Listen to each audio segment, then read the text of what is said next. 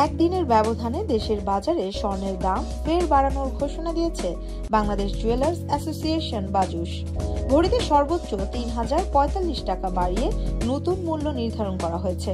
এর ফলে ভালো মানের অর্থাৎ 22 ক্যারেট 1 ভরি স্বর্ণের দাম 1,38,708 টাকা, যা আজকেই মূল্য ছিল 1,35,664 টাকা। বুধবার বাংলাদেশ জুয়েলার্স অ্যাসোসিয়েশনের মূল্য নির্ধারণ ও মূল্য পর্যবেক্ষণ স্থায়ী কমিটির চেয়ারম্যান মাসুদুর রহমান সই করা এক সংবাদ বিজ্ঞপ্তিতে তথ্য জানানো হয়েছে। বাজুস জানায়, স্থানীয় বাজারে তেজাবি স্বর্ণের দাম বেড়েছে।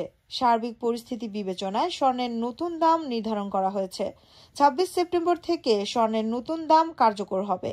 নতুন দাম অনুযায়ী সবচেয়ে ভালো মানের বা 22 ক্যারেট প্রতি ভরি স্বর্ণ অর্থাৎ 11.664 গ্রাম স্বর্ণের দাম 1,38,708 টাকা, 21 ক্যারেট প্রতি ভরি 1,32,398 টাকা, 18 ক্যারেট 1,13,491 টাকা এবং সনাতন পদ্ধতির প্রতি ভরি স্বর্ণ 93,160 টাকায় বিক্রি করা হবে।